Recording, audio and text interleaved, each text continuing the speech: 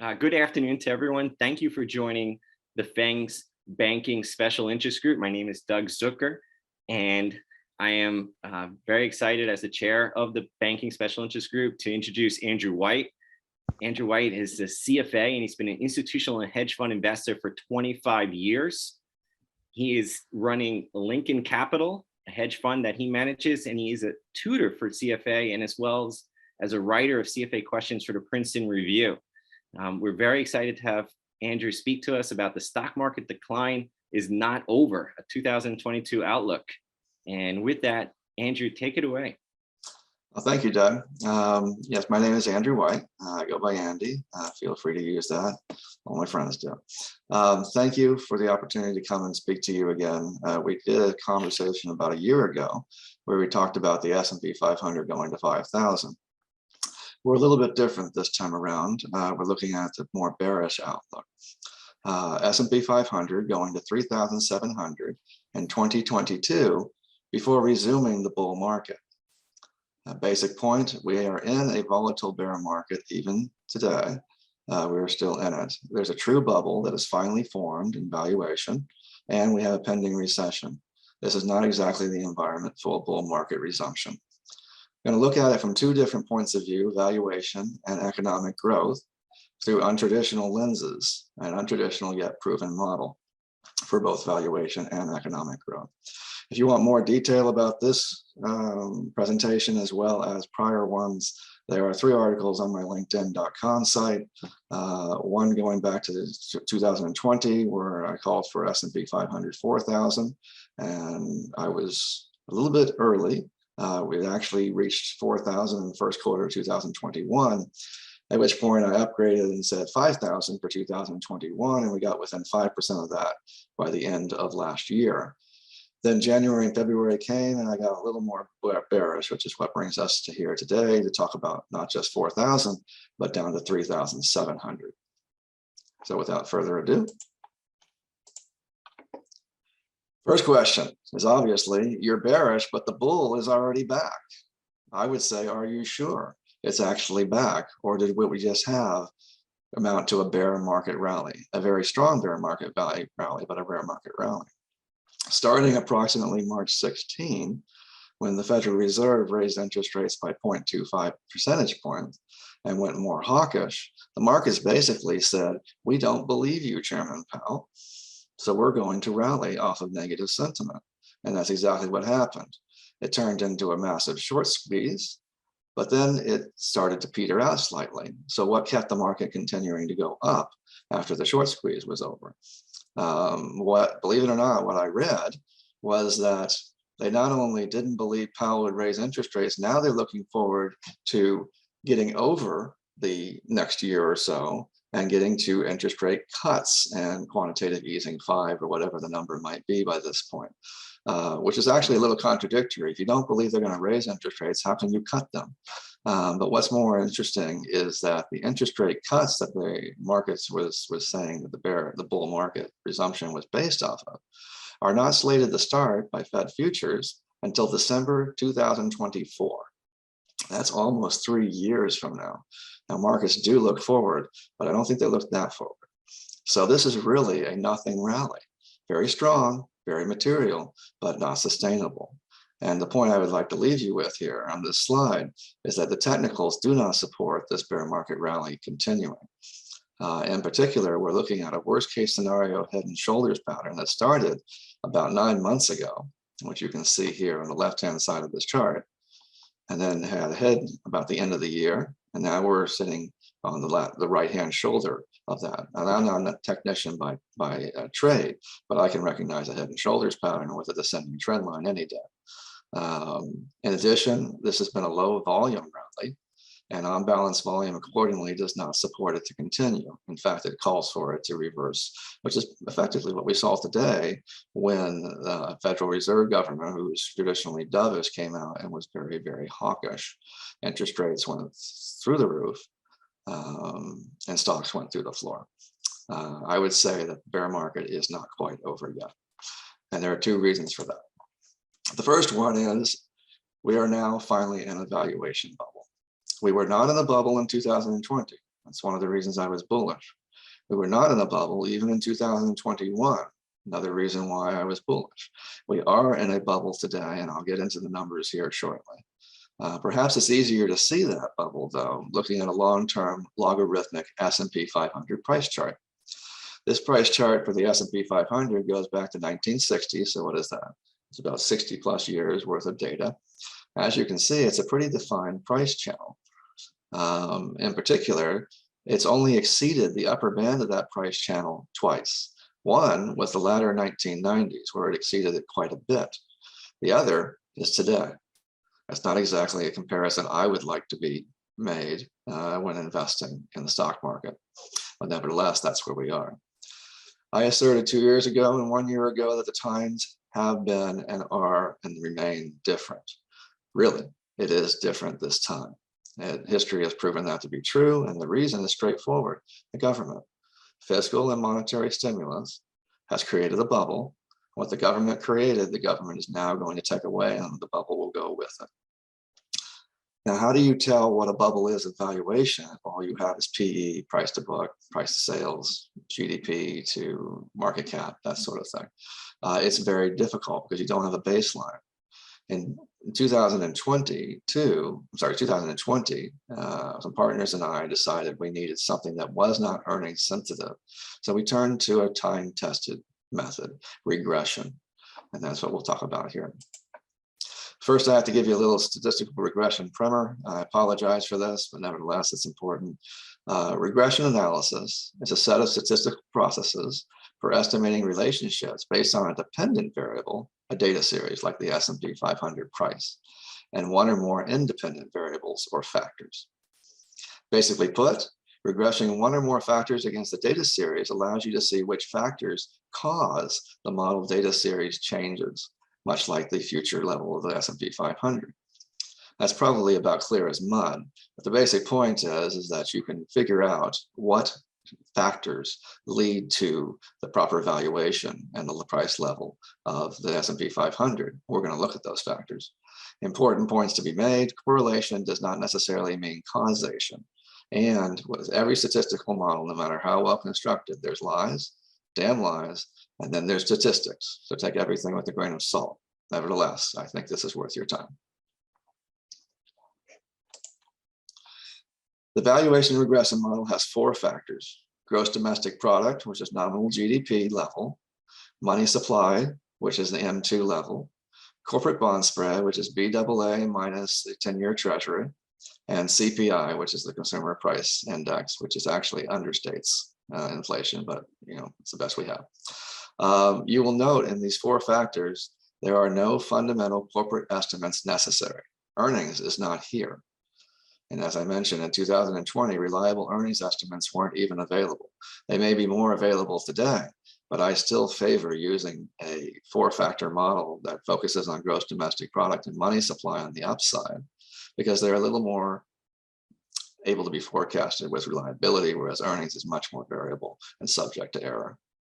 The resulting model explains 95% or 95 R squared, explains 95% of the variation in the level of the S&P 500. It has logical factor coefficient signs. So for example, if gross domestic product goes up, the fair value estimate goes up. If CPI goes up, the fair value estimate goes down, and et cetera. The model also has high statistical significance. What I mean by that is that the factors have high T factors, and the model itself has a high F factor, F test rather. So enough of the academic, let's get into the actual numbers. Every model is garbage in, garbage out, so it's important to pay attention to what level of inputs I'm assuming. This is a forward-looking model, so we're going to look at the year-end 2022 assumptions to determine what the level of valuation should be for the S&P 500. For 2022, I'm projecting a GDP nominal growth rate of 7%. That works out to a 2% real GDP growth rate and a 5% inflation rate. M2 is expected to increase from 21.5 trillion at the end of 2021 to 22 trillion. Now that's not a lot compared to 2020 and 2021, but it's still increased. Now that's not a lot. It's not as much of an increase as you might think, because it does have an assumption that 600 billion of the 9 trillion Federal Reserve balance sheet will be bled off / sold into the market. Corporate bond spread, which is currently about 1.9, is expected to go up to 2.25 as the economy starts to sputter. And CPI, as I mentioned before, at 5%. Now, where did I get these assumptions? By and large, I got them from the Federal Reserve. If anything, I think they're a little too rosy. I think GDP growth is probably going to come in lower, and I think CPI is probably going to come in higher. So the numbers I'm about to give you are actually the optimistic scenario, not the pessimistic. As of April 4th, the S&P 500 closed approximately 4,583. On that basis, it's trading approximately 4.8 standard deviations above fair value estimate on this model of 3,600. That's about 20% higher than fair value. And that's based off of a model that looks back to 1960 and has a 95% R squared. Anything over 3 standard deviations above fair value is a bubble, according to history. We're currently trading close to 5 standard deviations above fair value. The bubble is here. But what about the end of the year? When we look at year-end 2023, it's 3 assumptions. Well, let's look at that as well. GDP estimate for 2023, 5.5% nominal growth, which again works out to 2% real GDP growth and 3.5% inflation rate.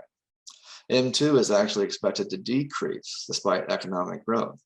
The reason for that is that we're expecting a bleed off of the Federal Reserve balance sheet of an additional 1.2 trillion over the course of 2023.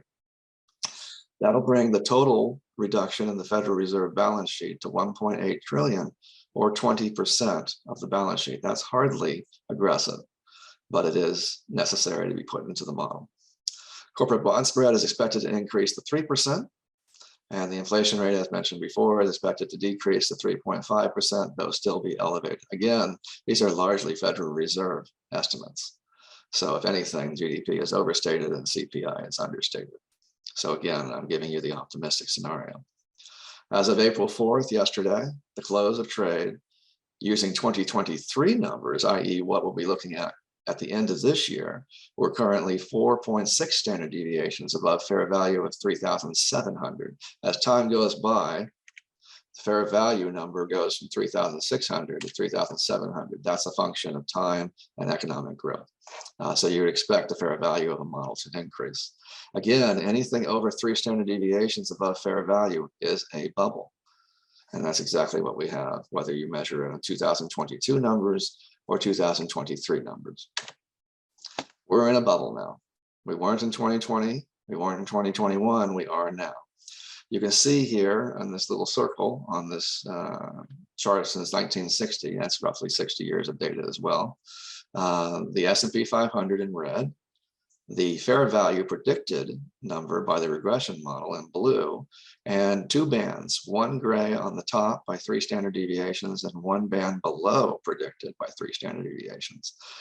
95% of observations are within that band since 1960. The 2 exceptions of this rule are the 1990s, where you can see circling around 2000 or so, it traded as high as 15 standard deviations above fair value. That's a bubble, one for history. Now we're not at 15, we're at closer to 5. Nevertheless, we are above the trend line, or rather the standard deviation line, which you can see here in this circle. The question becomes, can the bubble persist? 5 standard deviation, that sounds high, Andy, but can it go up to 15 standard deviations? Yes, it can. But I would say that we're not sitting in the 1990s looking at endless economic growth. We're sitting in 2022, after the strange years that we've had, looking at an economic recession coming. So the question becomes, how likely is an economic recession? Well, I have a second model, an economic investment model. I call it that because it's not truly an economic recession predictor. It looks at expansionary periods and recessionary periods and wants to be out of the market when the market's fearing recession, and in the market when the market's enjoying an expansion. You'll find that's where you make most of your return or lose most of your return. There are 6 factors that this model looks at, broadly described as bond factors and economic statistics. The yield curve, which is defined as the 10-year minus the 1-year in this case. The investment grade spread, the AAA. High yield spread. Initial jobless claims, building permits, and heavy truck sales. Going back to 1970, basically, this model has proven itself to be very accurate in predicting when the market is worried about recessions and you should be out, and when the market is enjoying expansions and you should be in. In particular, there's a Z factor model applied to these 6 factors, which aggregate up into a single score. When that single score is below minus 0.6, which you can see here on this chart, when it's below minus 0.6, you do not want to be in the market. You can use this presentation if you want and compare what the market was doing in these time periods, but I can tell you that if you had been out of the market when the Z factor was below minus 0.6 and in the market when it was every other time, you would have made over, I think, 1.3 percentage points more in the market, so more like 8.7 versus 7.4. On average compound annual growth rate. I'm not doing this to promote this economic investment cycle. I'm simply trying to say it is proven to be a valuable resource. What is it saying right now? Well, the last time it triggered a recession was February 2020, which you can see here by this spike. Now, if it hadn't been for COVID, that probably would have continued. But COVID came in, and then the Federal Reserve intervened, and the rest is history. It's been 2 years of expansion since that period until January. When January came, which is evidenced by this circled area, we see another spike developing. Does that mean it's going to continue? No, it doesn't necessarily need to continue, but it's a good sign that it will continue and that life is going to be much more volatile until we get greater clarity. So caution investing at this point is also warranted from an economic point of view because we are in a recessionary outlook from the economic investment cycle. I'd add a few subjective elements to this too. We've had an increase in the price of oil by greater than 50%. In all circumstances in history, when the price of oil has risen by more than 50% in a year, a recession followed, in all of them. When the unemployment rate hit 3.6%, every time a recession followed. And when the yield curve inverts, 80 to 90% of the time a recession follows. Those are subjective points of view, but nonetheless, do you really want to bet against a recession? Whether it happens in 6 months, 12 months, or 18 months, it's coming. So my perspective is that the S&P 500 is going to go back to fair value. In case you're wondering, fair value is actually reached on the investment model frequently, and it has even over the course of the last 3 years. And then it's bounced right back. Now it's at a bubble valuation. Looking at a recession, the bubble valuation is going to decline. We're going to have a fair value of 3,700 by the end of this year, or sometime in between this time period. That's a 20% downside from fair value. So I do not believe that momentum investing and buy and hold is the way to go in 2022, but rather contrarian investing. Remain nimble and strong of heart, which is exactly what we just saw in the first quarter of this year, both on the downside and the upside. And with that, actually, I have one more point to make. It's not all doom and gloom. Despite expected 2022 volatility, the long-run bull market will likely remain intact, even if the bear market occurs and amplifies down to 3,700. It drops from 20% from its current level. We would be at the upper band of the post-2009 bull market trend, which, if you see, is right there within the circled area where the blue hits the black line. It wouldn't be a discount, but it would be at fair value. So it'd be a much stronger position by which to invest in. The bull market could continue from that point if it wanted. Indeed, the S&P 500 could fall as far as 3,200, which is 30% below its current level. And the post-2009 bull market would still remain intact. Although at that point, the market would be -2 to -3 standard deviations under fair value and would be a point to back up the truck and buy everything you can, just like in 2020. So to summarize, the times have been and they remain different. Why? The government. The government inflated the bubble. They're going to deflate the bubble. Caution is warranted, therefore, because we're looking at this from a bubble valuation and we're looking at a pending recession, but with a long-term optimism that the good times will come back. And with that, I'll turn it over to people who have questions. And thank you for your time.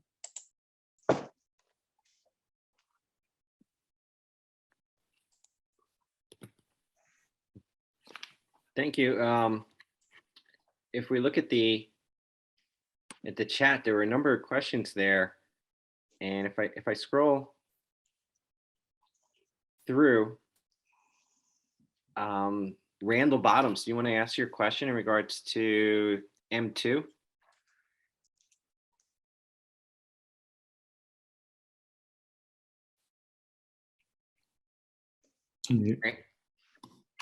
Randall, if you're on, you can. Sorry about that. Yourself. Let me turn this off. Can you hear me all right? Yes. Okay. Just a quick question. This always fascinates me, being an ex-trading room guy or an ex-bond guy. You used M2, which is fine, but my experience has been that, money supply, if I want to know what's really going on, I like to look at net free reserves, which is also, a pretty available database from the Fed. Can you just explain what your rationale for that? Was it just simplicity for direction, or was it more, or was there a more technical reason for it? Because like I said, I've seen situations where M2 is growing, but net free reserves are shrinking. And it's like, well, there's, obviously a disconnect there.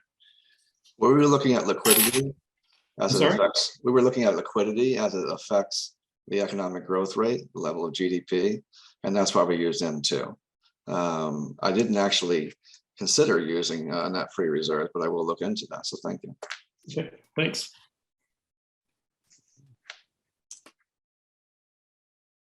Michael Murray, you had a question on chat next in regards to inflation and the CPI. The question is really just a technical nit about the nature of regression analysis, but since Andrew's working with, I think, the percent change in the CPI and the percent change in nominal GDP, if I'm correct, those two things would be fairly highly correlated. And I'm guessing that might introduce some multicollinearity issues that might confound the interpretation of T statistics and the like. But rather than waste time on what might just be small technical nuances, I'd like to ask Andrew how he's defining fair value. Yes, your point about multicollinearity is legitimate. There is multicollinearity, but I found that I could live with that. Like I said, not every statistical model is perfect. I'm content with the construction of this one, but you are right, the T factors will be affected. What was your question again? I'm sorry. Well, you use the term fair value. And I think it's sometimes important to define terms, because I believe we all think we know what fair value means, but I believe we may all have a different concept in mind. Fair enough. You wouldn't mind. It's the predicted value that comes out of the inputs and the statistical model. The predicted value for the S&P 500 versus the actual value. And the difference between those two is over or under valuation relative to fair value as we define it. Right, and I understand that. It's just that oftentimes when you turn on, say, MSNBC in the morning and they talk about fair value, it's kind of based on the options pricing of the S&P 500 or something like that. They'll come up with a calculation of the fair value for the S&P 500. So thank you for defining what you meant. It is different. I like it because it provides a baseline for valuation that's predictable. Whereas if you were to use, say, PE, whether, but basically PE, or if you use market value to GDP, basically what you're looking at is a chart. You have your highs, your lows, and your average, but you have no estimation on whether or not what fair value actually is. Just because PE ratio is high doesn't mean it's overvalued necessarily. What if the fair value PE ratio is 25 and it's currently selling at 20? Well, then it's undervalued significantly, even though the PE ratio is very, very high. The fair value takes into account, in this case, takes into account the GDP growth rate, M2, the corporate bond spread, and inflation rate. And I find that to be a much more predictable data series. All right, Michael, thank you for asking your question. Andrew, thank you for answering. And Rufus Davenport, I see you posted a question there. Would you like to speak? Sure. Getting away from the statistics for a moment, have you factored in, or not factored in, there's no way to do that with numbers. What do you think the effect will be of this being an election year, and the effect on the markets and what the Fed is likely to do? There's the party in power typically wants to do whatever it can to convince voters that they should continue to be trusted. And right now it looks like it's going to be a slaughter for the folks in power, so much so that they're releasing strategic oil reserves to try to tamp down on oil prices. It's not going to work, but they're desperate. What do you have any opinion on what's going to happen or what could happen to your predictions based on an external event like midterm elections? Well, I don't have it within this model because it's an objective model, or at least as objective as a statistical model can be, whereas the election years is more of a subjective point of view. I would say that different people will have different perspectives on the results of the election if it turns out the way the polls are leaning. I've given some subjective thought to it, if that's what you're interested in. And what I've discovered thus far is that I think it might be a negative for the market. Because think about what's happened over the last 2 years. The government has been basically the lender of last resort, last resort. If Republicans become the party in power, although not in the White House, then that spigot is firmly turned off in all likelihood. If that happens, the market may not react positively to that. That's my initial thought. Okay, thanks. Thank you. Thank you, Rufus. And thank you for everyone who's been sending in really kind comments, thanking Andrew for speaking. And I've noticed a number of you have CFA certifications as well. So we have quite a talented audience here listening in. Michael Santoro, would you like to ask about soft landing? Yeah, I just wanted to say, there been a lot of talk about the soft landing itself, like given the Fed speak and all that surrounds it, that they want it to sort of soft land with the stock market accordingly. So I just wanted your thoughts on that commentary lately. Well, I don't know if the Federal Reserve has ever successfully engineered a soft landing. But the last time the Federal Reserve tried to engineer a soft landing amidst this kind of inflation and being aggressive about it, principally from interest rate hikes, not even taking into account balance sheet reduction, which does directly impact the valuation of the market, was Volcker. And Powell has mentioned Volcker's name. And people are now starting to price in a Volcker kind of situation. That was not a soft landing. And that was back when debt to GDP was 35%. It's now 125%. That was back at a time when the market valuation was on market cap to GDP was actually like 50%.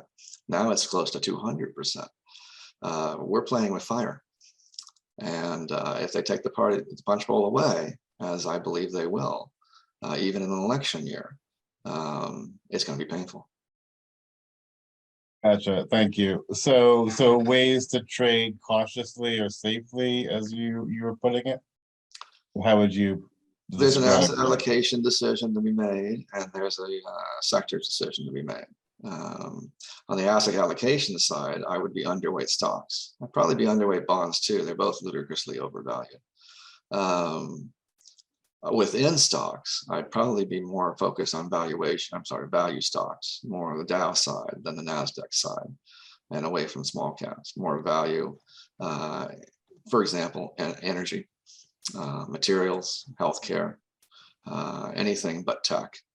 That doesn't mean you don't have large tech names, but you'll probably hold them individually based on valuation as well, at least on a relative basis. So maybe like a Google, maybe an Apple, I'm not sure about that, but not a Microsoft.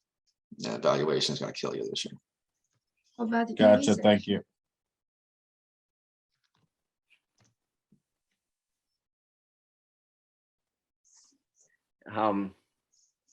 So well, I have a quick question for you. What's your feeling about the kind of the typical 60-40 model that, you know, some have been saying is outdated? It's been a model that's been used for a long time, just as a general rule of thumb for investors. What do you think people should be, how they should be dividing up their portfolio? It seems like a lot of gloom. And, you know, listening to this, you know, you can see the charts and understand the bubble. And so, you know, you might run to cash, but then you lose out a lot. So where do you go? It's a good question. I just saw a chat one as well saying what assets aren't ludicrously overvalued. We live in the everything bubble. It doesn't mean everything necessarily is overvalued, but it is difficult to find pockets of value. Off the top of my head, I would have an overallocation to cash. And within cash, I'd probably be looking at buying I bonds, inflation bonds. Now, the upside there is that you're going to get inflation, whether it's CPI, if it's CPI and CPI, but at least you made 8% this year, maybe 10%, depending on how it evolves. The downside is you have to hold it for 5 years. So you have to take that into account, but I would put that as part of your cash reserves. Within bonds, I would be on the short end, not the long end, although it has been getting tasty on the TLT side. I thought we might have an opportunity for a short-term tactical trade in bonds as of last Friday, when bonds went from down, TLT was down over 1.5% at its low and ended up over 1% on that day, I think. And that was on top of a week-long rally. But today put that to rest. Bonds went through the floor as the stock market did too. To answer your question directly about 60-40, apparently first quarter of 2022 was the worst quarter for 60-40 in 50 years. It seems funny that we always seem to be going back to the 70s in our comparisons nowadays, but we are. Momentum has a way of carrying out. If we are in a de-risk, de-leveraging period, then we are talking about continuation of these trends. For example, let's take bonds, and I'm not a bond guy. So if there are bond people out here, please, chime in. However, if you bought a bond today, you're guaranteed to lose money on a real basis, guaranteed. Take the 10-year bond, it's currently at about 2.5%. Inflation, break even at best is 3.5% over the next 5 to 10 years. You're guaranteed to lose money. If you take that 2.5 or 3% break-even inflation rate and you add a premium to it, let's call it a risk-free rate premium of 2%. That brings you at a minimum to 4.5% on the 10-year. That's a full 200 basis points higher than it currently is today. That would crush bonds. It would crush the stock market. And the question becomes, what is actually leading the bond market today?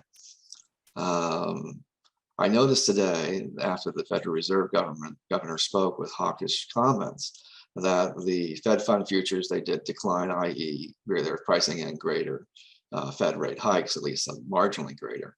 But it was much smaller than I expected, the reaction.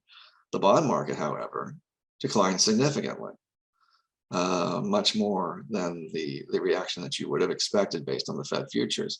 I wonder if the market's more concerned about the Fed balance sheet being bled off and outright liquidated to an extent than they are about Fed rate hikes at this point.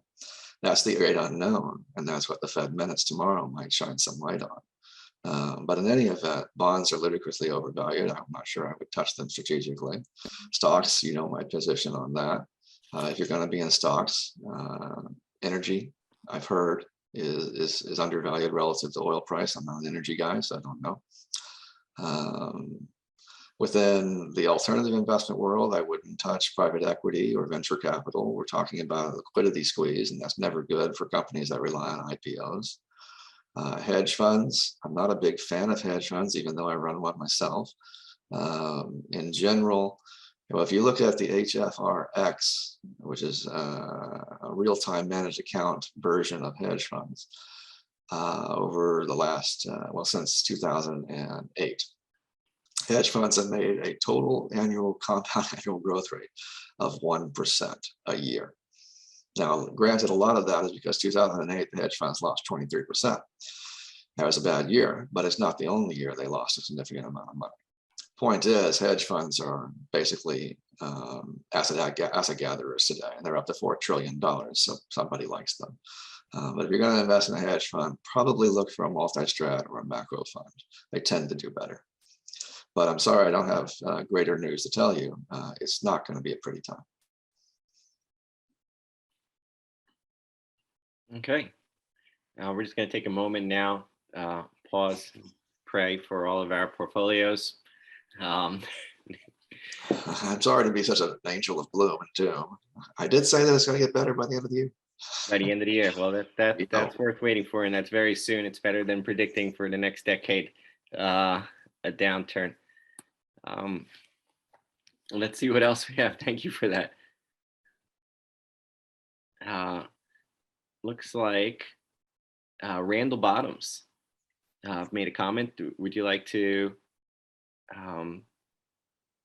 unmute and talk about your comment there in regards to the Fed liquidating? Well, I've never been worried about the Fed liquidating, and I'm one of those old bond guys. It's just, I have to wrap my head around the loss that they'll take. There's going to be plenty of demand for those bonds. I mean, people are going to be, they're awash in cash and liquidity, I think, and they're going to look to some place to put it. And where else are you going to put it now with what all is going on? And I agree with you, Andy.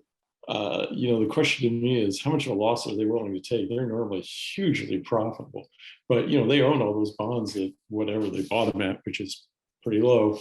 And some of them, as I remember, are probably less than stellar, because didn't they get into the mortgage backs and stuff? They're not treasuries.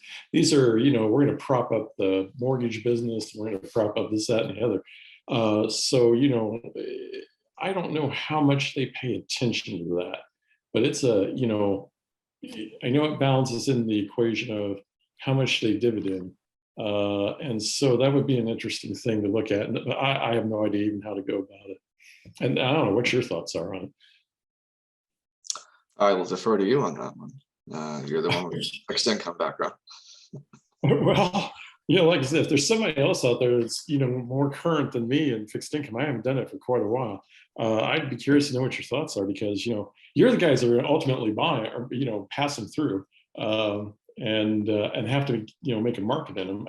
And I do believe, from a sovereign standpoint, they'll be quite, it probably would be quite lucrative for the government dealers. It's just, how does the Fed work their balance sheet? They'll probably end up taking a loss, as you point out. And so that's going to flow through to the Treasury somehow. And I don't know what that means as far as when you look at that with, other monetary policy. You can't offset it. You'd have to eat it, right? And so that means expected revenues would probably be less, but I don't know how that works. Some smarter guy than me, way smarter guy than me. Well, I think you're pretty smart. my perspective is bonds are ludicrously overvalued, and the Fed is the biggest bond holder in the market. I think they own about 25% of treasuries, and probably something similar in mortgage-backed securities. Central banks are now the world's largest hedge funds, and they haven't had a very good track record in the last 9 months. They've been losing their shirts on the fixed income side. I'm not sure I put a lot of confidence in their ability to actually smoothly transition from a $9 trillion balance sheet down to even a $7 trillion balance sheet, but it's going to hurt. Well, I would definitely agree with that. And and I'm assuming they mark them. So maybe they've already incurred the loss or are in the process of incurring the loss. I don't know. Again, this is all that Fed accounting, and they do whatever, I guess, right? But it's a good point that you make about everybody else, because everybody else is in the same bucket, and that can't be a really good thing. And it may be something that causes them not to unwind. It may be something that causes what, sir? The old theory of they all mature at par. It may be something that causes them just to hold that balance sheet. Hence, go back to the free reserve thing. I'm going to raise rates. I want to raise rates. The most effective way for me to raise rates is to, pull the reserves out of the banks, right? Or limit the growth, change the growth, decelerate the growth of reserves in the bank, right? Yeah. And that was my whole point with them too, because you can get, where they look different from each other. They shouldn't, but they do. And so that would, solve their problem of raising rates. The question is, do they, I don't know if they mark their, like I said, I was a trading room guy, so we always mark to market, right? But, I don't know how they mark to market, if you know what I mean, because they may have already incurred losses and we just don't know it or not seeing it yet or whatever. So I don't know. I honestly don't know if they mark to market or not. I don't either. Observation. Yeah, I mean, otherwise, if you look at the Fed balance sheet, then it's sort of worthless if they're not marking the market, right? Because what the hell do you know? What do they own? So anyway, enough theory. Thank you. Okay, thank you, Randall, and again, Andrew. The dialogue has been terrific. Bijan Karimian. Yes, hi, good evening. Thanks for the presentation, Andrew. I just was wondering if you see this correction to 3,700 being one that's gradual or a more dramatic drop to those levels. I see it gradually. Based on your historical analysis. Yeah, historical analysis, I would see it gradual. I mean, even the 2000 to 2003 bear market was gradual. It's painful. The NASDAQ was down 83% in that time period. But in order to have a crash, I think we have to be a lot higher in valuation. That's just a subjective point of view. The blind buying has to take us up, I suspect, closer to what we had in the 90s. And then something truly unexpected has to occur. What that would be, I don't know, because it would be unexpected, but that would be what is necessary for a crash. So I see it as gradual over the next 3 to 6 months. How do you view, I guess, an escalation in Ukraine by Russia and without NATO or U.S. involvement? What obviously that would have a negative impact on the market, but how significantly, do you think that could affect the S&P valuation? Ooh, good question. Multi-pronged. The one that makes the most sense to me from an unknown point of view is food shortage. That's not only in global markets, particularly the Middle East, but also Europe and America. Right. You want to talk about consumer confidence, wait until they don't have food on the table. Right. Inflation obviously is going to shoot up. Inflation is going to be higher and more persistent. And forcing the Fed's hand to act more quickly and aggressively than had been planned, obviously. Is that your view as well, or? That's my view. I'm a little more hawkish. Well, I don't know if I'm hawkish anymore compared to the market. I think they're now pricing in, would it be 7 or 8 hikes by the end of the year, including the one we just already had. I was previously at 4 or 5. Maybe I need to upgrade my expectation.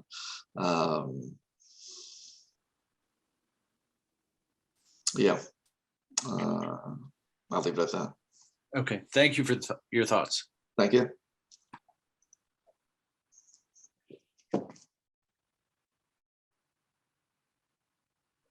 I think if I can make an extra point, the numbers that I gave you did not factor in recession, even though my economic model is recessionary right now.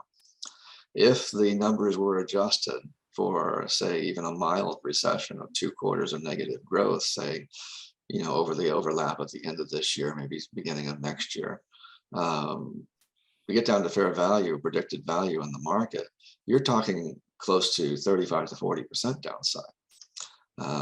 So 20% is not looking so bad anymore. That's how high we are over the trend line, but defined as fair value, and over the bull market since 2009. Sorry, dated myself a little bit there.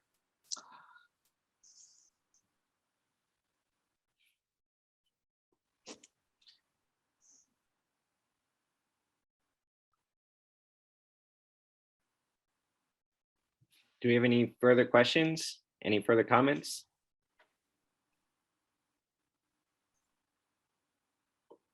Is anyone volunteering to speak at the next presentation? Just raise your hand. Well, if that's all we have for tonight, then Andrew, I'm gonna. Oh, go ahead, please. I didn't mean to interrupt, but it's just something that's flopped in the back of my head. And Andrew, you may have some insight into this, and of course, anyone else who's on here. We talk a lot about China and what they're going to do, and take like the Evergrande situation. And I've always wondered, we talk about their accounting. Is there somewhere where somebody has some sort of a measure that sort of says what the quality of their economy really is? I don't know, and what I mean by that, the quality of the earnings coming out, I don't mean it from a CPA standpoint. I just mean from a quality of, the whole idea of the government investing in, dark cities or, whatever, just to keep the economy growing and moving along kind of thing. Is there anybody that tracks that, or that you're aware of, or anybody that looks at that? I'm just curious. You mean like a country index of quality of earnings by country? Yeah, maybe. Is that, I know The Economist does an inflation one. I don't know if The Economist does something like that, but yeah, that would be like that. I'm not even sure how you go about doing it. I've just sort of started rolling it around in my head the other day, because I'm like, they're talking about, there's a lot of talk about China surpassing the US and, this, that, and the other. And I'm sort of like, yeah, I get that from a nominal standpoint, sure. But from a real standpoint or some sort of a value standpoint, no. In fact, I don't think it's even close. I think they're probably back in the Stone Age, because I think their balance sheet's a house of cards. They own a lot of sort of zero stuff, if you know what I mean, or non-income producing things that they've invested in for the betterment of the country, so to speak. And I don't know if anybody tracks that or not. I'm not familiar with anyone doing that. A major Wall Street bank may be a place to start with your question. Yeah. I would say that as far as China is concerned, I still see it as uninvestable. I wouldn't even with the rebound after China decided to get back on the bandwagon, and now they're talking about releasing audits for the SEC, that sort of thing. That will never happen, because that'll start to address that situation, and there's going to be some real ugliness in there. Well, it also they all say the audits are accurate. Yeah. I thought the deal with China is the immense amount of money they've spent on buildings, apartment buildings, office buildings, and everything else. So much so that they've overbuilt. A lot of these structures are vacant.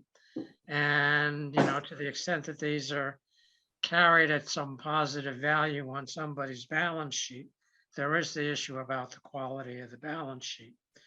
I don't know this, but one could look to the IMF or the World Bank, or maybe even the OECD for ratings on how well country's public statistics reflect economic reality on the ground. At least if I were researching that question, I'd start there, and I'd start also maybe with the credit bureaus like S&P or Moody's, people who are already doing things like rating sovereign debt.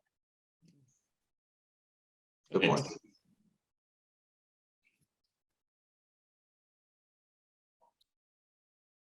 Going back to some of Andrew's comments about the stock market, I'm not sure where I read this. I think I've read it multiple places, but there are reports about how badly one would be hurt if they weren't in the market during its 10 best days during the last 5 years or whatever it is.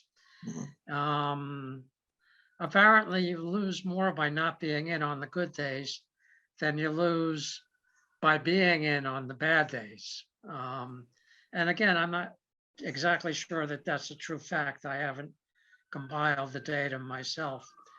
But if that's true, isn't one approach to dealing with this volatility that we're seeing simply the old basic dollar cost averaging?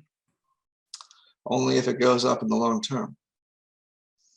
Well, If it's going down, dollar cost averaging is not going to help you. true enough, but that brings and gets us to the question of what is the pertinent time span here. If you're in your 60s and planning to live to be 100 and you're investing for the next 40 years, it would feel like you could still do the dollar cost averaging. If you're 99 and a half and planning to live to 99 and 3/4, maybe not. Well, what comes to mind is the 2000 to 2003 NASDAQ. That was not just a 3-year period of time. It took over a decade to get back from that. So even if you have a 40-year time frame, that's a long time to wait just to break even. The economic investment model that I mentioned, it actually, if used correctly, it can be used in 2 ways, but it literally tells you which months to be out of the market and which months to be in the market. For example, that January number I mentioned that it triggered the recessionary period, it said don't invest in February, which is exactly the right thing to do. So I'm not sure I really buy in to the idea that you have to be in the market all the time in order to get all the good days, because you're going to get the bad days too. Now, I'm not saying you have to go an all or nothing cash situation, but in general, dollar cost averaging makes sense in the textbooks and over a very long period of time. But if you're looking at a market that's actually going to have you under a lot of pressure, you're asking for a lot of pain for a long period of time. I'm overweight cash, and I don't disagree.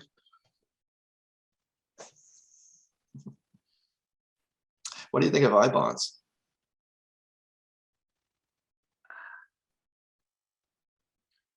I'm a little bit familiar with the concept. They're, I guess, somewhat, akin or to tips of a sort. Of a sort, yeah. I think I've read some positive things about them, but my experience with fixed income is, well, I only like to play when I can go short. Back when 6 months treasuries were yielding 2 or 3 or 4%, and you could, park money there while waiting to do something better with it, I was fine with it. I have some long-term munis, and ever since I got in, I've been worried about how to get out. Munis, at least recently, have been sold at a premium, and that makes time your enemy. Every day that goes by, you're losing something to the amortization of bond premium. And yes, I know there's a positive yield to worse, but not the smartest thing I ever did. And we all have our stories.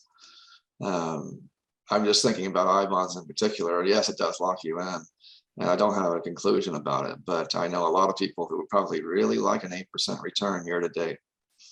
Not year to date, but over the course of the whole year, which is what they'll return this year, if not higher.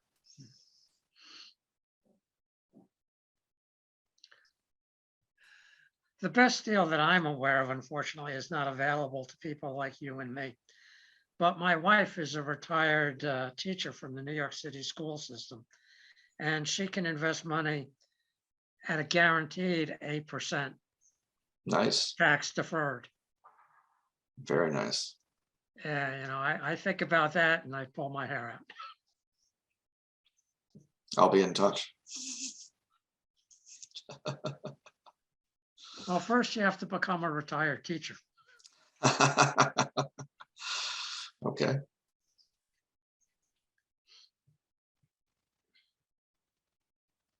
Any feelings on, this is Doug speaking, any feelings on REITs in that market? It seems to have been You paying would fairly think, steadily around 5 to 7% a year. you would think that REITs would be a good area of the market. I'm not an expert on it. But with the housing market being such as it is, and having what, 2 million more houses coming on this in the next year, that's an incredible amount of overhang going into a recession. Mhm. So for more residential oriented REITs, I'd be worried about their top line. Apartments, on the other hand, are looking pretty good. Mhm. I'll give you a thought on REITs, if it's all right, gentlemen. Mhm. You don't get the full tax advantages of investing in real estate when you go with a REIT. At least as I understand it, the taxation is kind of almost like the taxation of any other kind of a fund. You might do better if you want to invest in real estate, if you can get yourself into some kind of a limited partnership or something, so that you do get the pass-through tax benefits. How liquid is that? I don't know. Again, it's a game I choose personally not to play. Hmm.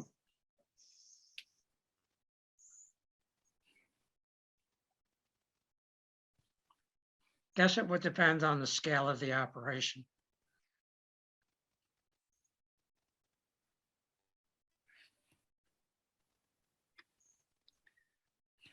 Well, we still have, most of the people that started with us are still with us, and it's a fairly large group today. And I appreciate everyone that's on the call, and definitely, appreciate those that have been asking the questions and keeping this dialogue going. But some haven't asked any questions. Are there any shy folks there that have been, sitting on their hands and wanting to raise their hand to ask a question? Now's a great time to do so.